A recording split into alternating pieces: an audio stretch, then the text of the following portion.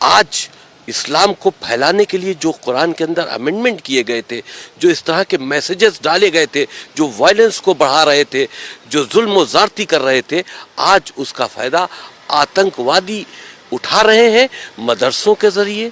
عام مسلمانوں کے بچے اس کو پڑھ رہے ہیں اور ان کا ذہن جو ہے وہ کٹر پنتھ کی طرف بڑھ رہا ہے۔ ہمیں امید ہے کہ یہ چیزیں کورٹ کو اس میں انٹرفیرنس کرنا چاہیے۔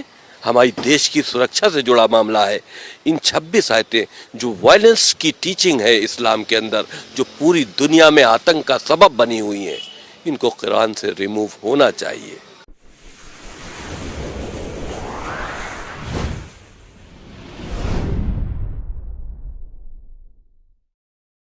السلام علیکم ورحمۃ اللہ وبرکاتہ۔ وسیم رضوی کا فساد، ہمیں کیا کرنا چاہیے؟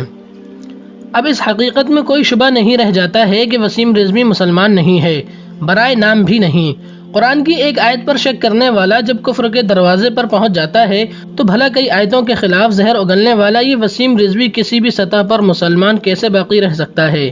مردود وسیم رضوی کے سلسلے میں مسلمانوں کو میرا مخلصانہ مشورہ ہے کہ برائے کرم اسے نظر اندازی کی موت ماریں۔ ملعون وسیم رضوی قرآن کی آیتوں کو ختم کرنے نکلا ہے، یہ اللہ کے خلاف جنگ کرنے نکلا ہے، یہ خود بھسم ہو جائے گا، مر مٹ جائے گا۔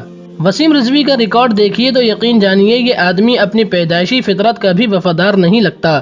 اتنی جعل سازی، گھپلے، فراڈ اور مجرمانہ معاملات میں گھرا ہوا ذلیل ترین انسان ہے کہ آبادی کا کوئی بھی شریف پریوار ایسے غلیظ انسان سے رسم و راہ بھی نہ رکھے۔ یہ اپنے مجرمانہ بیک گراؤنڈ اور گھٹیا ذہنیت کے ساتھ سنگ کی پناہ میں جانے کی کوشش کرتا ہے، لیکن صحیح بات یہ ہے کہ اب تک سنگی قیادت بھی اس گندگی کے ڈھیر کو پوری طرح قبول نہیں کر سکی ہے۔ یہ آدمی ایک ذہنی بیمار اور انسانیت کے احساسات سے پرے مجرمانہ نفسیات رکھنے والا آلہ ہے۔ سردست اس کا فائدہ اس میں ہے کہ مسلمان اس کو اپنا مجموعی دشمن مان لیں اور ملکی سطح پر مسلمان اس کے خلاف بفر جائیں۔ اگر ایسا کروانے میں یہ کامیاب ہوتا ہے تو سنگ کو یہ خوش کرنے میں کامیاب ہوگا۔ اس لیے بہت غور و فکر کے بعد یہ ذلیل شخص اب قرآن کا دشمن بن کر سامنے آیا ہے، کیونکہ اسے احساس ہے کہ اس معاملے پر مسلمانوں کا رد و عمل میرے خلاف ہنگامہ خیز ہوگا اور یوں اس کی مراد بر آئے گی۔ اب ہمیں کیا کرنا چاہیے؟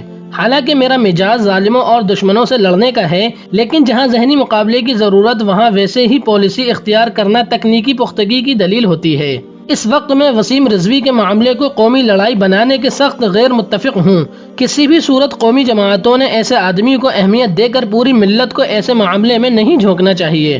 ہمیں اس کو کسی بھی طرح توجہ نہیں دینی چاہیے۔ کسی بھی حال میں اس کو کسی بڑے دشمن کے طور پر لے کر قومی سطح سے اس کی مخالفت کر کے اسے طاقتور نہیں بنانا ہے، نہ ہی یہ آدمی اس کا مستحق ہے کہ اسے ادنا سی توجہ دی جائے۔ اور وسیم رضوی کی پٹیشن کیا سپریم کورٹ کے باپ میں بھی اتنا دم نہیں ہے کہ قرآن کی ایک آیت تو درکنار ایک زبر یا زیر میں تبدیلی کر سکیں۔ سپریم کورٹ کی بھلائی اور عزت اسی میں ہے کہ وہ اس پٹیشن کو پہلے مرحلے میں خارج کر دے۔ اگر وہ سماعت کرے گا تو اس کا مطلب یہ ہوگا کہ حکومت اور RSS قرآن کے تعین آگے کیا منصوبہ رکھتے ہیں، لیکن سب کو یاد کر لینا چاہیے کہ قرآن کا محافظ اللہ ہے۔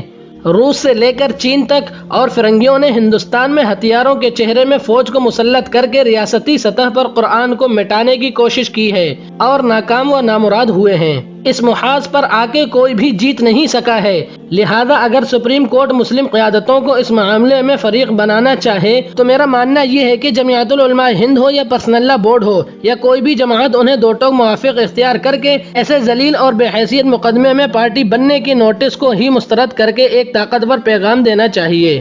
آپ سپریم کورٹ کو یہ جواب دیں کہ اگر تم وسیم رضوی جیسی موالی کو مدعی کی حیثیت سے تسلیم کرتے ہو تو ویسا ہی کوئی بازاری مدعا علیہ کی طور پر ڈھونڈ لاؤ اور جو کرنا ہے آپس میں کرو، ہم ایسے کسی مقدمے کو مانتے ہی نہیں۔ مسلم کمیٹی ایسی کسی پٹیشن اور اس کی سماعت کو نہ مانتی ہے نہ قبول کرے گی، نہ سپریم کورٹ کو اس کا حق ہے کہ وہ قرآن کی آیتوں کا فیصلہ کرے۔ اگر وہ آیتوں کا مطلب سمجھنا چاہتے ہیں تو صرف وہ مطالب سمجھانے کے لیے ہم کسی قرآنی عالم کو بھیج دیں گے، باقی ہمارا قرآن ہمارے سینوں میں جو ہے وہی ہمارا ایمان ہے۔ اگر ہم ایسا کر لے گئے تو یقین جانیے سنگھ کی طرف سے وسیم رضوی کو لات پڑے گی اور یہ ایک نیا معاملہ کھڑا کرنے سے پہلے ہی مر جائیں گے۔ وسیم رضوی کو سبق سکھانا واقعی ضروری کام ہے، لیکن اس کے لیے آپ کو پلاننگ کرنی ہوگی۔ ہماری قیادتوں اور بڑی شخصیات اور وسائل والے لوگ اگر چاہیں تو اسے بدترین درد دے سکتے ہیں، ایسے کہ کچھ نئے لوگوں کو کھڑا کریں اور اس کے جرائم کی پرانی فائلیں واپس کھلوائیں، ملک کی مختلف عدالتوں میں اس کے گھپلوں کے خلاف معاملات شروع ہوں۔ معلومات چاہیے تو لکھنؤ کے کسی بھی متحرک سماجی شخص سے لے سکتے ہیں، یا اگر چاہیں تو ہم بھی فراہم کر سکتے ہیں۔ جنہیں یہ کام کرنا ہو تو مجھ سے رابطہ کر لیں۔ اس سے متعلقہ جو بھی افراد ہوں ان کو جیسے بھی تیار کر کے اس کا بائیکاٹ کراؤ۔ اگر یہ کاؤنٹر اقدام کیا گیا تو یہ آلائے شر و فساد بار بار اسی طرح ہینگ ہوگا کہ کوئی بھی سافٹ ویئر اس کو ری اسٹارٹ کرنے کی ہمت نہیں جٹا سکے گا۔ قرآن کے اندر کچھ آیتیں ایسی ہیں جو آتنک کو بڑھاوا دیتی ہیں، وائلنس ٹیچنگ ہم کہیں اس کو ایک طرح سے، وہ قرآن کے اندر اس طرح کی باتیں ہیں۔ قرآن کے اندر امینڈمنٹ کر کے اس طرح کی آیتوں کو ڈال کر قرآن شریف کو دنیا کے لیے جاری کیا اور اسی کا سہارا لے کر پوری دنیا میں آگے بڑھے ہیں طاقت کے دم پر اسلام کو پھیلانے کے لیے۔ کوئی بھی دھرم محبت سے پھیلایا جا سکتا ہے، طاقت کے دم پر نہیں پھیلایا جا سکتا، اور اس وجہ سے آج اسلام کو پھیلانے کے لیے جو قرآن کے اندر امینڈمنٹ کیے گئے تھے، جو اس طرح کے میسیجز ڈالے گئے تھے، جو وائلنس کو بڑھا رہے تھے، جو ظلم و زیادتی کر رہے تھے، آج اس کا فائدہ آتنکوادی اٹھا رہے ہیں۔ مدرسوں کے ذریعے عام مسلمانوں کے بچے اس کو پڑھ رہے ہیں اور ان کا ذہن جو ہے وہ کٹر پنتھ کی طرف بڑھ رہا ہے۔ تو یہ بہت نقصان دہ، بہت سی ایسی باتیں ہیں جو ہم نے اپنی پی میں لکھی ہیں، لیکن کیونکہ ابھی ہم نے PIL داخل کی ہے، کورٹ میں پینڈنگ ہے، وہ باتیں ہم کھل کر نہیں بتا سکتے، لیکن ہمیں امید ہے کہ یہ چیزیں کورٹ کو اس میں انٹرفیرنس کرنا چاہیے۔ ہماری دیش کی سرکشا سے جڑا معاملہ ہے۔ ان 26 آیتیں جو وائلنس کی ٹیچنگ ہے اسلام کے اندر، جو پوری دنیا میں آتنک کا سبب بنی ہوئی ہیں، ان کو قرآن سے ریموو ہونا چاہیے۔ آپ کو لگتا ہے کہ کورٹ ایسے سنویدنشیل معاملے میں جس میں ایک فیتھ سے جڑا ہوا معاملہ ہے اس میں مداخلت کرے گا؟ یہ معاملہ فیتھ سے جڑا نہیں ہے، فیتھ سے جڑا ہوا ہوتا ہے انسانیت کا معاملہ۔ کسی کا قتل کر دینا فیتھ سے جڑا معاملہ ہے؟